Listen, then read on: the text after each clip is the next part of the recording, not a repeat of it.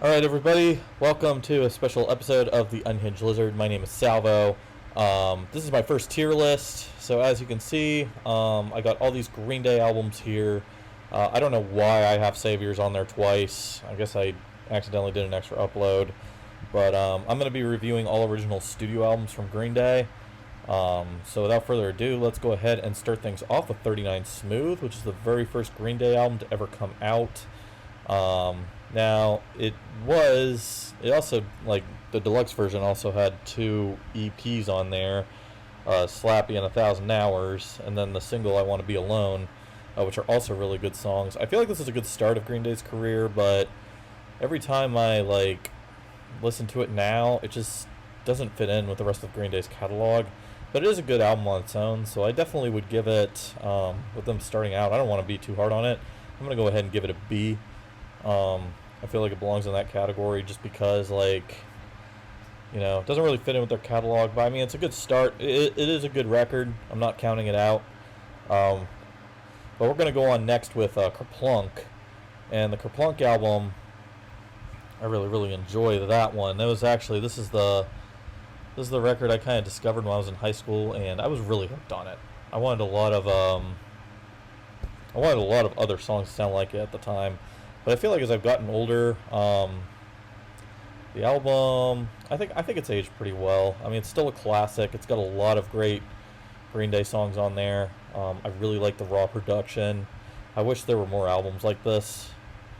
I know I'm all over the place, but I don't necessarily want to give it an S because I feel like a lot of the songs kind of go together. I think an A is probably the best place to put it. Next, we're going to go to Dookie. Dookie, flawless album. Just absolutely perfect. Anybody that loves Green Day, doesn't say that Dookie is the worst record, and if you do, there's something wrong with you. Definitely an S tier.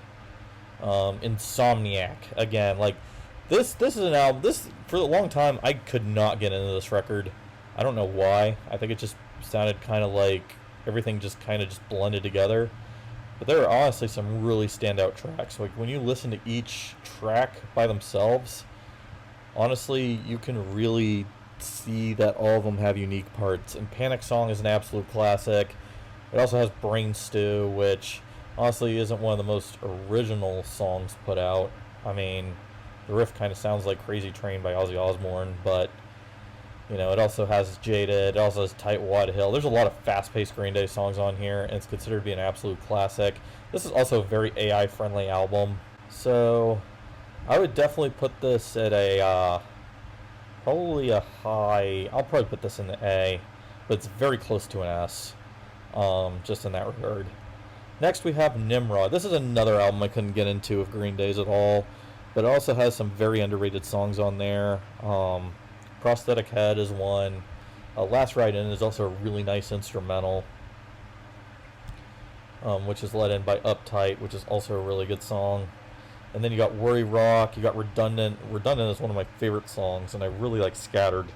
So, unfortunately, this whole album is shadowed over by Good Riddance, and it's such a shame because there are a lot of good songs on here.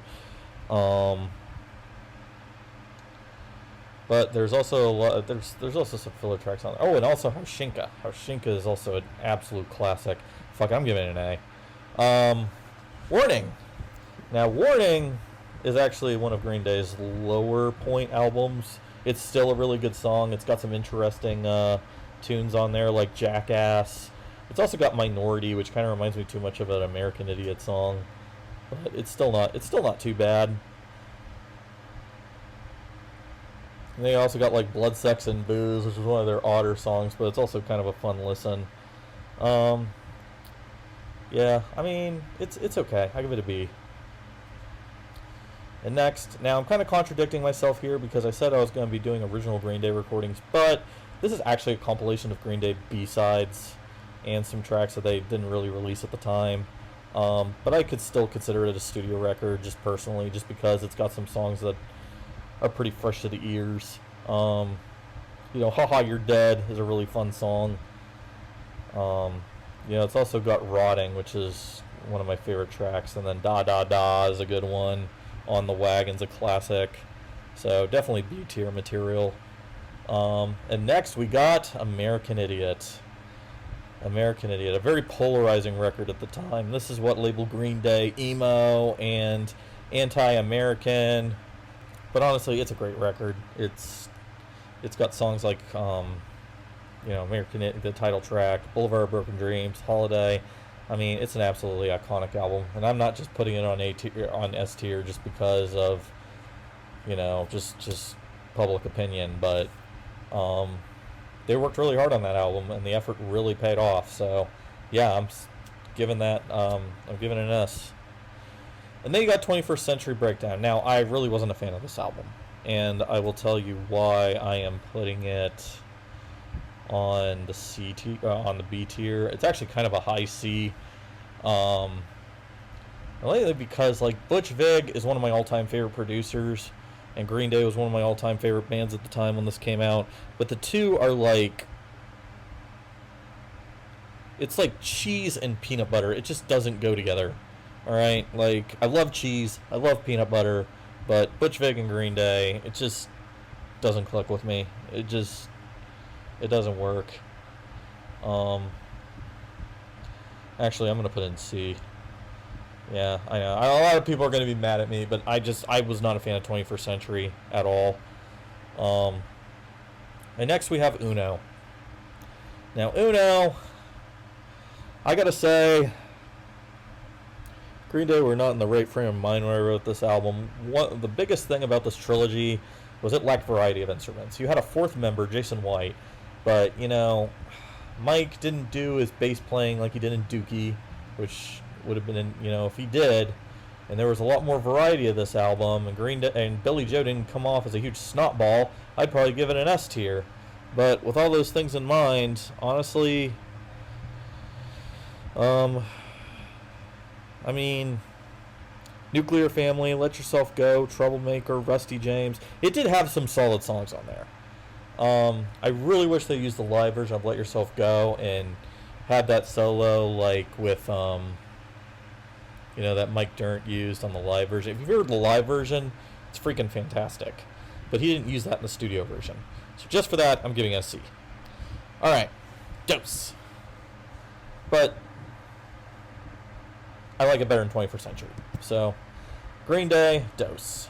Honestly, I like this album better than Uno, especially Nightlife. I know Nightlife is one of the most hated songs on Green Day's catalog, but at least they took a risk and did something different, and I respect that. But there were a lot of dumb songs on there. See You Tonight, Lady Cobra. I mean, they were just absolutely meaningless. The Stop When the Red Lights Flash, Wow That's Loud, really got me hooked on this album for a while. Stray Heart was kind of a weak single. Honestly, I think Stop When the Red Lights Flash should have been the lead single in this one.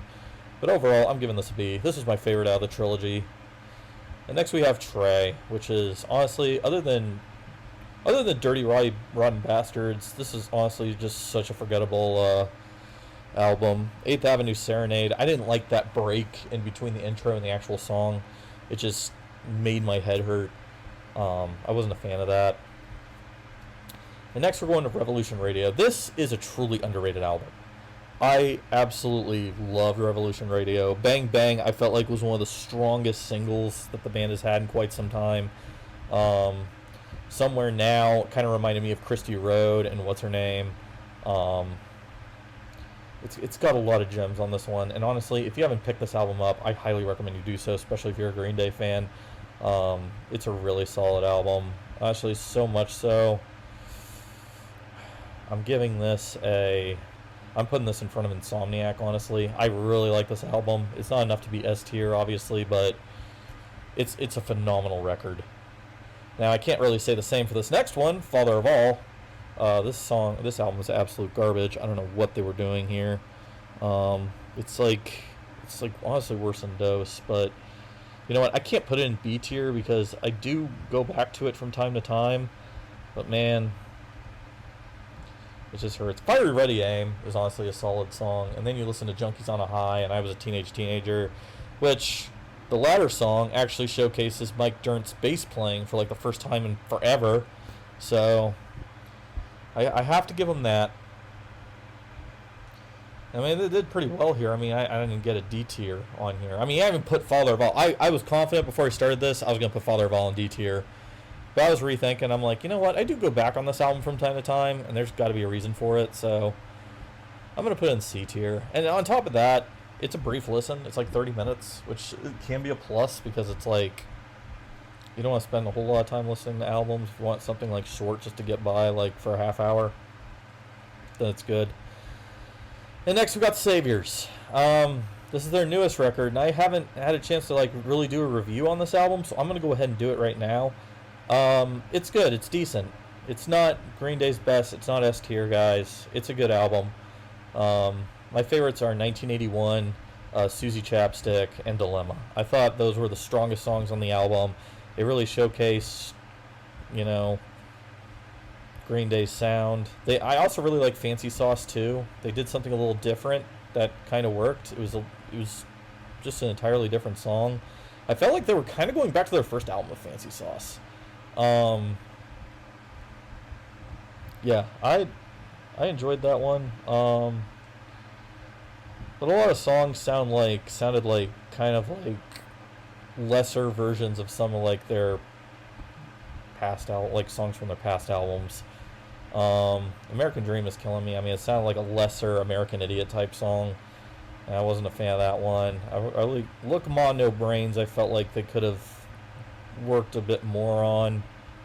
But I really like the bridge on that song. I mean, it had some bright spots, good moments, but that's really just it. I'm gonna have to give it a B. It's very mid.